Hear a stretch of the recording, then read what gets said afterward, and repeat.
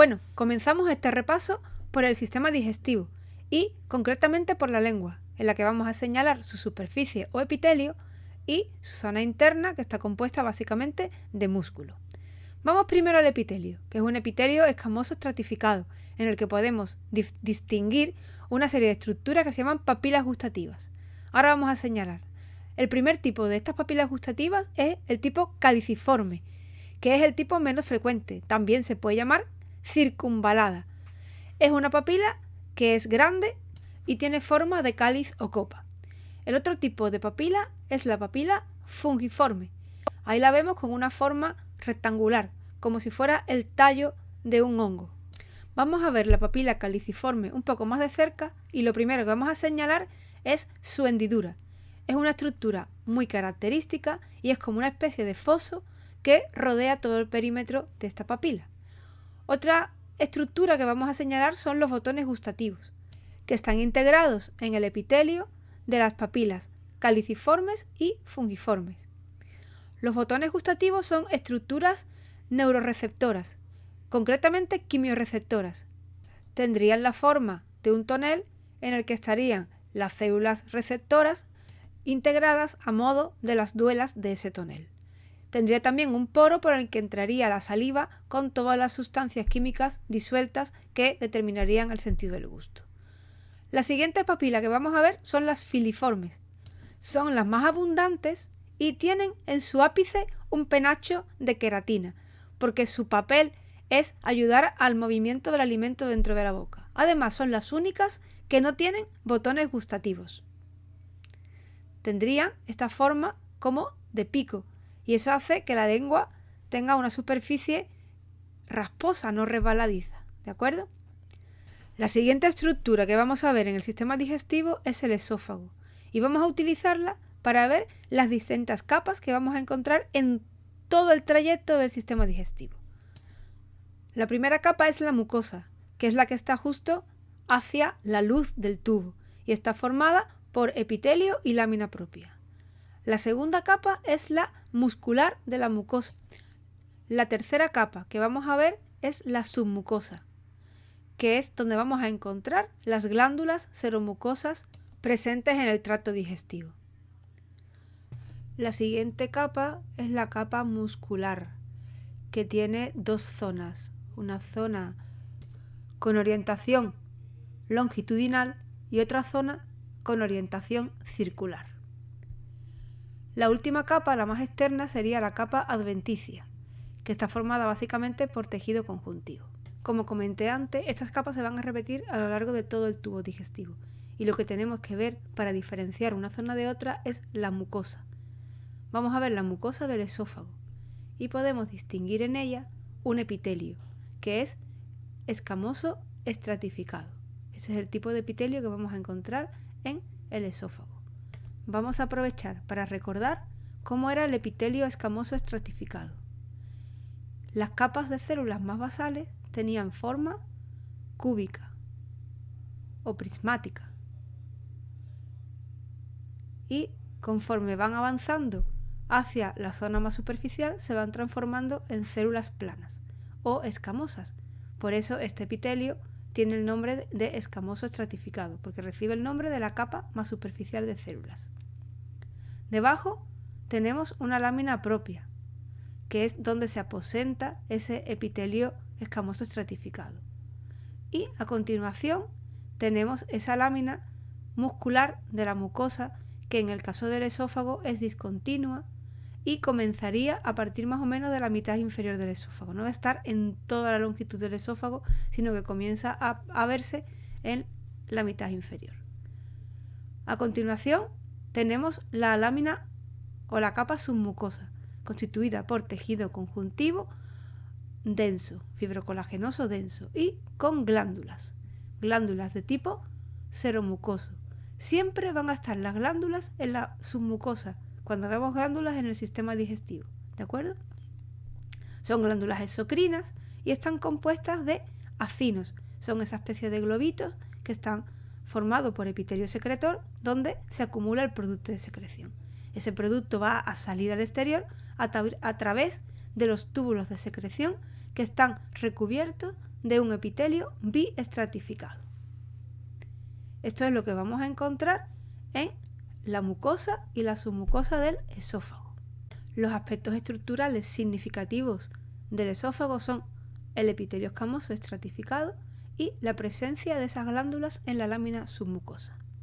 A continuación vamos al estómago, en el que vamos a encontrar las mismas capas: mucosa, muscular de la mucosa, submucosa y muscular o muscular externa, con varias capas, y la adventicia o la serosa, dependiendo de la zona. ¿De acuerdo? Vamos a ver la estructura de la mucosa, que es la que diferencia el estómago de otras zonas del tracto digestivo. Está compuesta por un epitelio invaginado formando glándulas tubulares. Es como si tiene forma como de acordeón. Esas glándulas tubulares tienen varias zonas. La zona más externa, más cercana a la luz, a la luz del estómago, está tapizada de células productoras de moco. De acuerdo, las células secretoras que están en esa zona, lo que secretan es moco. La zona central de la glándula está recubierta por unas células que presentan una tinción clara y se denominan células oxifílicas. Estas células producen ácido clorhídrico, así que la podemos ver con un color rosado claro. Si nos vamos hacia la profundidad de la glándula, hacia el fondo del pozo, si comparamos la glándula tubular con un pozo, tenemos, además de las células oxifílicas, otras células con un color más oscuro, más rojo, más eosinófilo, que son las células principales. Estas células principales secretarían las enzimas digestivas que son producidas por la mucosa gástrica. Vuelvo a recalcar la tinción específica de estas células principales. Es una tinción eosinofílica, son células eosinófilas. Vamos al siguiente tramo del tracto digestivo, que es el intestino delgado, en el que vamos a ver otra vez las capas ya conocidas: mucosa, muscular de la mucosa, que aquí casi no se ve, submucosa y la muscular, y ya al final, que se ve poquito, la adventicia o serosa, dependiendo de la zona.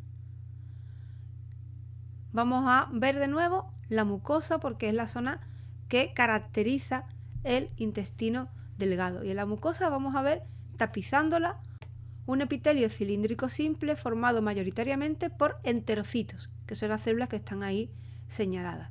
Esas células tienen un borde que se llama borde en cepillo, porque tienen en toda su borde apical microvellosidades que le dan ese aspecto engrosado y poco definido al borde. Ese epitelio está plegado también, formando vellosidades, que son prolongaciones hacia la luz del tubo, las tenemos ahí señaladas, y criptas, que son también como glándulas tubulares que van hacia abajo. Esas criptas son criptas del Lieberkühn, es como se denominan.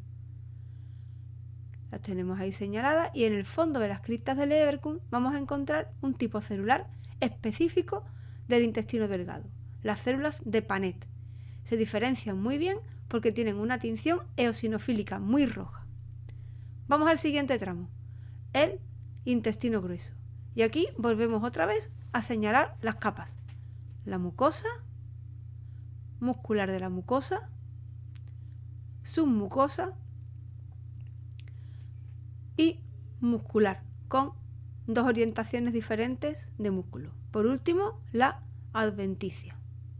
Si nos vamos a la mucosa, que es lo que caracteriza este tramo, lo que vamos a ver es una mucosa relativamente parecida a la del intestino delgado, pero en este caso solamente vamos a encontrar criptas de Lieberkühn. No hay prolongaciones hacia el exterior. Esto ocurre porque aquí es menos necesario que haya una gran superficie de absorción. Observando las células que tapizan este epitelio, vemos que la mayoría de ellas son células caliciformes que producen moco. Recapitulando, podemos decir que las diferencias principales entre intestino delgado y grueso es presencia de microvellosidades y criptas en el delgado y solo criptas en el grueso, y las células de Paneth que solamente están en el delgado. Bueno, ya que estamos en el tracto digestivo, vamos a ver el mesenterio, que es el tramo del peritoneo que une las asas intestinales. Aquí vamos a poder ver una gran cantidad de vasculatura y vamos a ver una arteria y una vena. Las arterias y las venas siempre están más o menos juntas y se diferencian en que la arteria tiene una forma redondeada y la vena mucho más difusa. Vamos a ver las paredes de esta arteria. Podemos distinguir distintas zonas. La túnica íntima o la capa íntima, que es la más profunda, la que está en contacto con la luz del vaso, y está formada por un endotelio, por un epitelio escamoso simple. Aquí podemos ver los núcleos planos que van delimitando toda esa luz. Tendremos después la lámina elástica interna, que la vamos a ver como una línea ondulada y con una tinción muy roja. La túnica media, que en esta arteria, que es muscular, está formada básicamente por músculo liso. Y, por último, la túnica o capa adventicia. Esta capa está formada por tejido conjuntivo y ahí podemos encontrar el vasa vasorum, que son los pequeños vasos sanguíneos que alimentan a la vasculatura. Como dije antes, en las proximidades de una arteria casi siempre vamos a encontrar una vena. Como diferencia principal entre ambos tipos de vasos sanguíneos, podemos decir que la arteria tiene capas muy evidentes, mientras la vena tiene capas mucho menos evidentes. No se puede ver bien la diferencia entre la capa íntima y la capa media. Aparte, la forma de la vena es una forma menos redonda, más caprichosa. ¿Por qué? Porque las capas son mucho más finas y están sujetas a la presión del ambiente externo que cambia su forma. Aquí también vamos a ver vasos pequeños, arteriolas, que las vemos aquí con sus pequeñas capas musculares alrededor, las vénulas y los capilares, que son los más pequeñitos. Prácticamente solamente tienen el endotelio. Seguimos, avanzamos y vamos al sistema respiratorio. Y estamos en las fosas nasales para ver el epitelio típico del sistema respiratorio, que es el epitelio respiratorio. El epitelio respiratorio se caracteriza porque es un epitelio cilíndrico pseudoestratificado. Vamos a ver los núcleos formando como varias capas, pero es una falsa sensación, ya que las células están todas tocando con la membrana basal. Aparte es ciliado y posee células caliciformes llenas de moco, que aquí en esta visión no las vemos, pero más adelante sí las veremos. En las fosas nasales tenemos que diferenciar el epitelio respiratorio con este otro epitelio que hay en algunas zonas, que es el epitelio olfativo-olfatorio. Es un epitelio muy parecido, pero muchísimo más grueso. Tiene muchos más núcleos, porque tiene muchas más células. Tiene células sustentaculares y células neuroreceptoras, quimioreceptoras, porque lo que captan son las sustancias químicas que están disueltas en el aire y más tarde se disolverán en el moco que cubre toda la superficie. Este epitelio, en lugar de cilios normales, tiene esterocilios que captan las sustancias químicas, las identifican y transforman su presencia en sensaciones olfativas. El siguiente tramo del sistema respiratorio es la tráquea y vamos a ver el epitelio que la recubre, que vuelve a ser otra vez epitelio respiratorio. Debajo hay una lámina propia, que es de tejido conjuntivo y está vascularizada, hay senos venosos y otras estructuras, y debajo de esa lámina propia, o más bien integrada en ella, vamos a encontrar también una gran cantidad de glándulas seromucosas.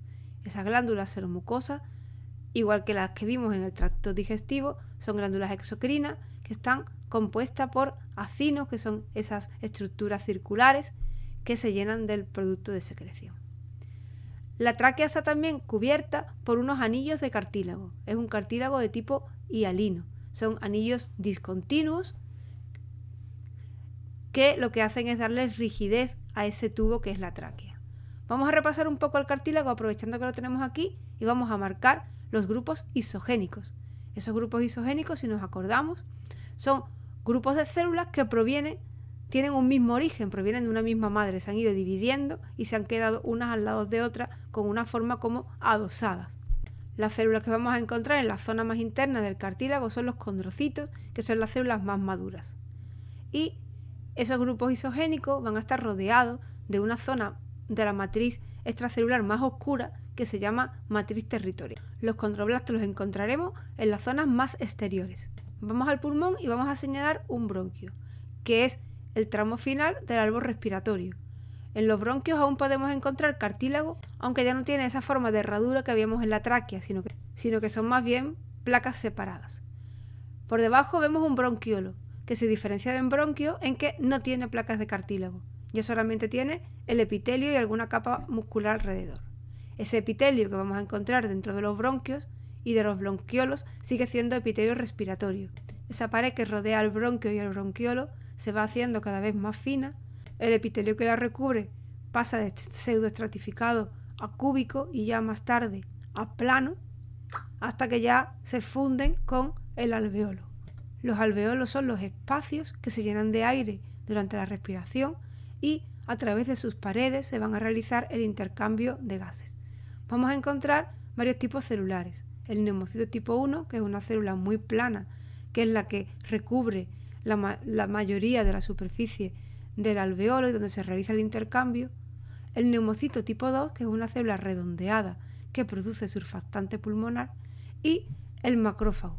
Los macrófagos son células que están fuera del epitelio del alveolo, incluso flotando en la luz y que tienen una función de defensa. Pasamos de sistema y nos vamos al sistema excretor. Estamos en el riñón y vamos a diferenciar en él dos capas. La capa más externa, que es la corteza, y la capa más interna, que es la médula.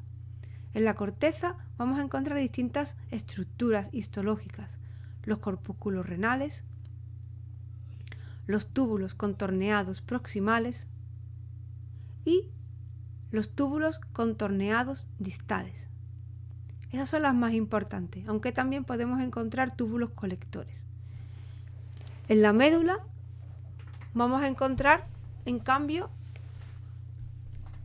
la sección fina y la sección gruesa del asa de Helde y túbulos colectores. Entonces, dependiendo de la estructura histológica que veamos, podremos decir si estamos en corteza o estamos en médula. Vamos primero a la corteza para identificar todas esas estructuras que hemos dicho antes, y ahí tenemos, con esa forma redondeada, un corpúsculo renal. El corpúsculo renal es la estructura completa que engloba la cápsula de Bowman, que es una cápsula esférica de células planas. Ahí vemos los núcleos. Y dentro tenemos una estructura vascular que denominamos glomérulo renal. Es una especie de ovillo vascular en el que hay otras células, además de las células de la vasculatura. Tenemos, por ejemplo, podocitos. En el espacio entre el glomérulo y la cápsula es donde se va a producir la primera orina. Además, vamos a encontrar en la corteza renal esos túbulos contorneados proximales, que los vemos ahí marcados, que tienen una luz muy poco definida. Eso ocurre porque las células que lo tapizan, que son células cúbicas altas, tienen una gran cantidad de vellosidades. Esos que están marcados ahí son los túbulos contorneados distales. Esos los podemos diferenciar muy bien de los túbulos contorneados proximales porque aquí su luz sí está muy bien definida, tienen una luz muy limpia. Estamos ya en la médula renal, y aquí se marca la porción fina del asa de Helde. Es un tubo, una luz muy, muy pequeña, que está recubierta por células planas, al igual que los capilares. La diferencia con ellos es que los capilares tienen dentro eritrocitos y esa porción fina del asa de Helde no. Señalamos ahora la porción gruesa del asa de Helde, que la vamos a ver tapizada de células cúbicas y otra estructura que vamos a ver aquí son los túbulos colectores.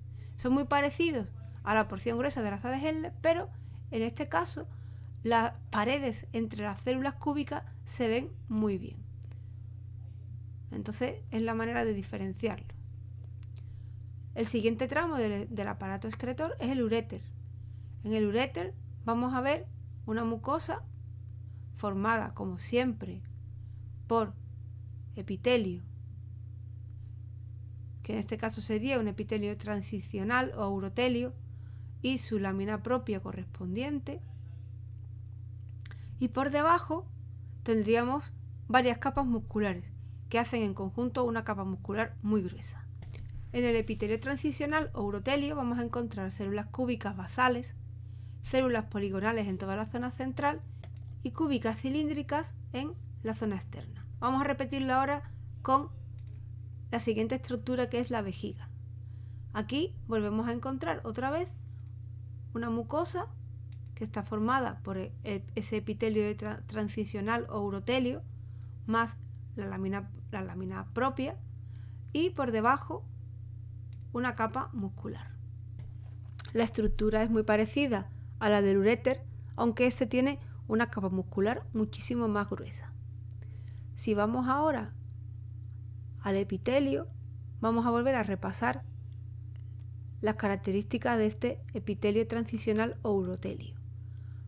Vemos que tiene esas células basales que son cúbicas, esa zona central más poligonal, y la zona más externa que tiene unas células que tienen un borde convexo y reforzado.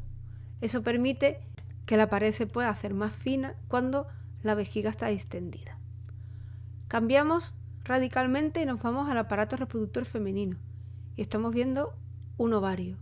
Los ovarios son los órganos donde tiene lugar toda la maduración de los ovocitos. Está recubierto por un epitelio que se denomina epitelio germinativo.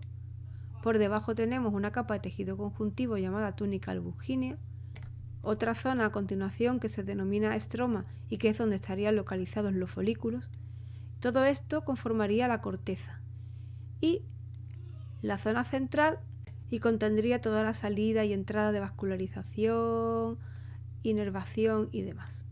Vamos a ver ahora en profundidad toda esa zona de la corteza, que es la funcional, y tenemos el epitelio, la túnica albugínea, como hemos dicho, y el estroma, que está formado por células fusiformes que forman remolinos, están arremolinadas.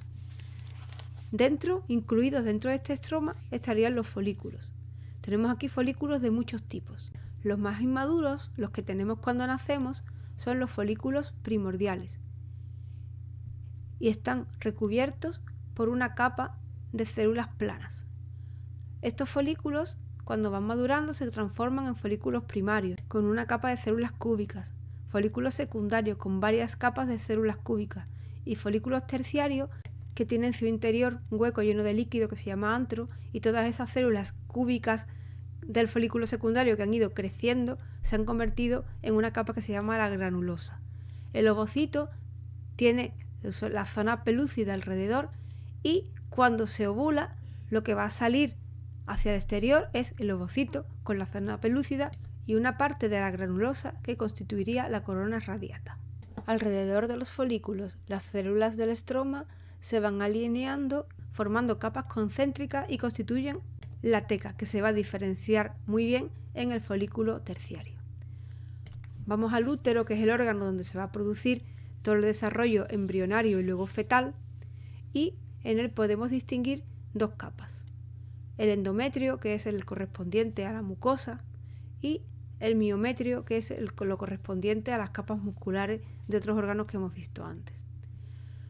Vamos a fijarnos fundamentalmente en el endometrio porque es la zona funcional, y vamos a ver ahí que existe un epitelio cilíndrico simple que está plegado formando glándulas tubulares.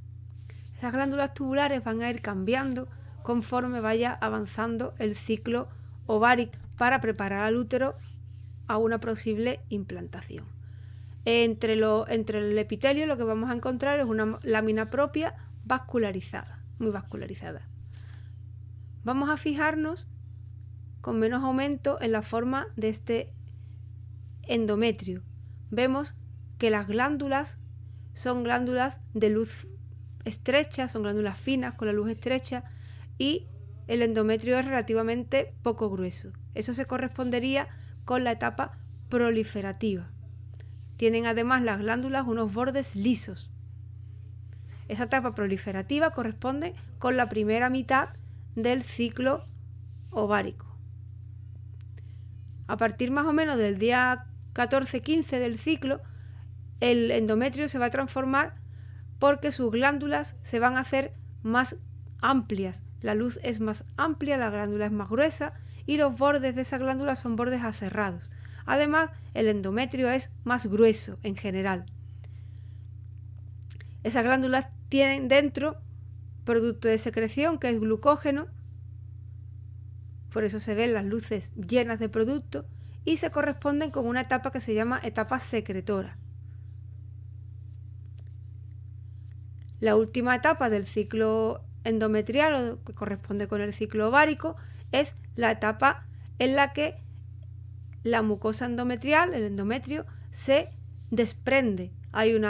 Las glándulas se mantienen más o menos de la misma forma, son anchas, tienen la luz ancha, aunque los bordes menos aserrados, y como ha habido una interrupción del flujo sanguíneo, se ha desprendido parte de esa mucosa. Entonces vemos los bordes descamados y presencia de focos hemorrágicos de sangre.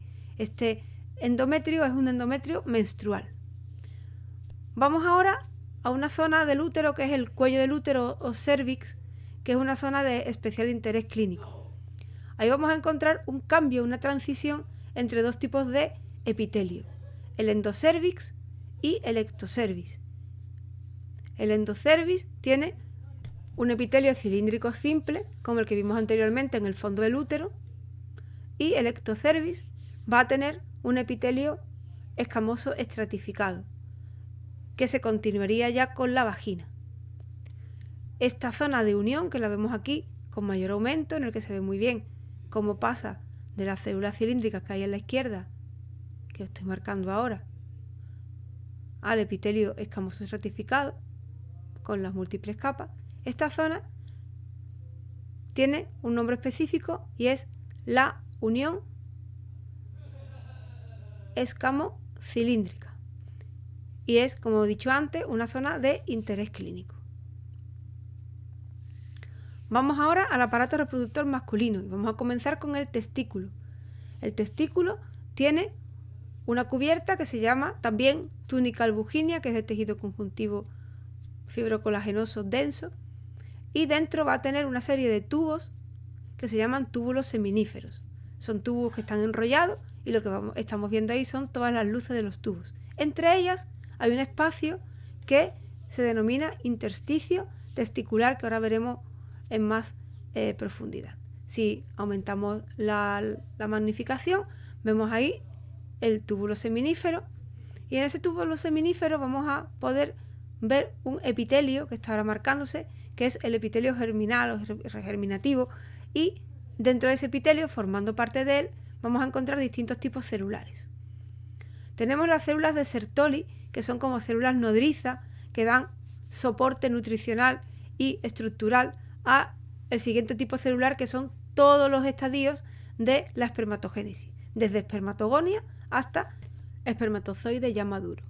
Es muy complicado diferenciar los distintos tipos celulares, aunque aquí os marco los núcleos condensados y pequeñitos de las espermátidas. Estas saldrán a la luz del tubo, donde terminarán de transformarse en los espermatozoides.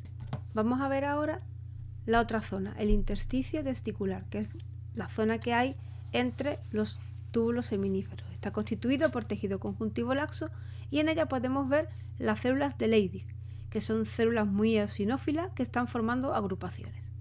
Y vamos a la siguiente zona, el conducto deferente. El conducto deferente se caracteriza por tener una capa muscular muy gruesa. Si vemos la imagen con más aumento, podemos distinguir cuál es el tipo de epitelio que está tapizando este conducto deferente por su interior. Es un epitelio cilíndrico pseudo estratificado. Vamos con la siguiente. estructura del aparato reproductor masculino, que es la vesícula seminal. La vesícula seminal, aunque parece que tenga varias luces, en realidad es un tubo único enrollado en forma espiral. Entonces lo que estamos viendo aquí son los distintos cortes de ese tubo único.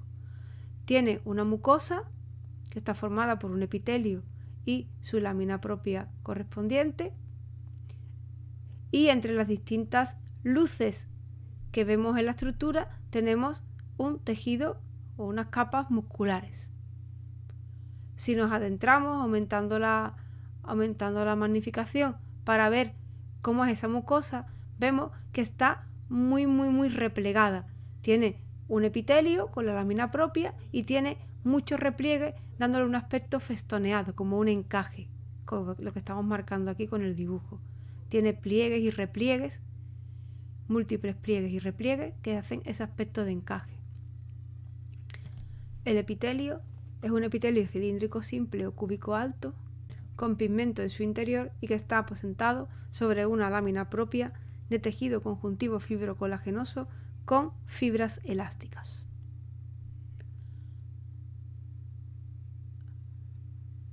Aquí la podemos ver, esa lámina propia que está entre los pliegues del epitelio. Bien, la siguiente estructura es otra glándula, que es la próstata. La próstata tiene múltiples espacios glandulares que terminan desembocando todos en la uretra prostática. Esa uretra prostática está más o menos en el centro de la próstata y tiene pues el epitelio cilíndrico y una luz irregular. Si nos vamos a los espacios glandulares, podemos ver que están recubiertos por un epitelio que puede ser variable. Ese epitelio puede variar desde un epitelio plano hasta un epitelio cilíndrico o incluso un epitelio pseudoestratificado, dependiendo de dos cosas: de la zona donde esté esa glándula y también del grado de actividad que tenga en ese momento la próstata. Alrededor de los espacios glandulares vamos a encontrar músculos, diversas capas musculares.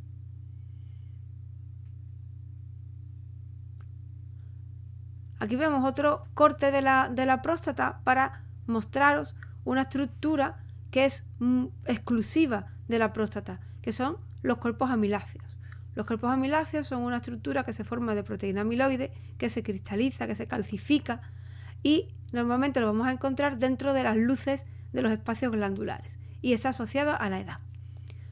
Vamos al último tramo, que es el pene, que va a estar recubierto por una piel externa, después va a tener una túnica albuginea, que es una capa de tejido conjuntivo, y va a tener en su interior dos estructuras que se llaman cuerpos cavernosos. Estas estructuras están conformadas por senos vasculares, que son los que se van a llenar de sangre, propiciando la erección del tejido.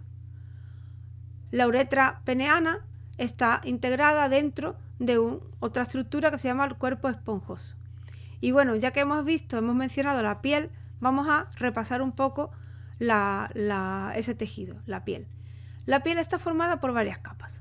La epidermis, que es la capa más externa, la dermis, que es la capa media, y la hipodermis, que es la capa más interna. La hipodermis está formada básicamente por tejido adiposo y la dermis la vamos a ver a continuación, a un poco más de aumento. Aquí tenemos la parte de la dermis que está pegada a la epidermis y esa dermis se llama dermis papilar porque está en continuidad con las papilas dérmicas. Son todos estos espacios que estoy señalando. Esa dermis papilar está formada por tejido conjuntivo fibrocolagenoso laxo. Por encima vemos la dermis reticular, en la que se pueden apreciar las fibras de colágeno porque es tejido fibrocolagenoso denso y regular. Ahora estamos ya con el epitelio que conforma la epidermis. Tenemos el estrato más externo, que es el estrato córneo, que es acelular, el estrato lúcido, que es esa línea gris, que es un estrato también acelular, que solamente está en la piel gruesa. Y ahora cambiamos un poco el enfoque para ver las capas ya celulares de la epidermis. hemos marcado el corno y el lúcido para orientarnos, y tenemos la capa más externa, celular de la epidermis, que se llama el estrato granuloso, está formado por unas células con gránulos en su interior. En el centro tenemos el estrato espinoso y la zona pegada a la dermis se llama el estrato basal, que es la zona proliferativa. Estamos señalando ahí en el estrato espinoso una estructura que es la que le dan nombre a ese estrato, que son estructuras con forma de espícula que están en la superficie de las células y son parte de sus complejos de unión. Y la capa basal, que es una capa proliferativa. Bueno, con esto acabamos el repaso.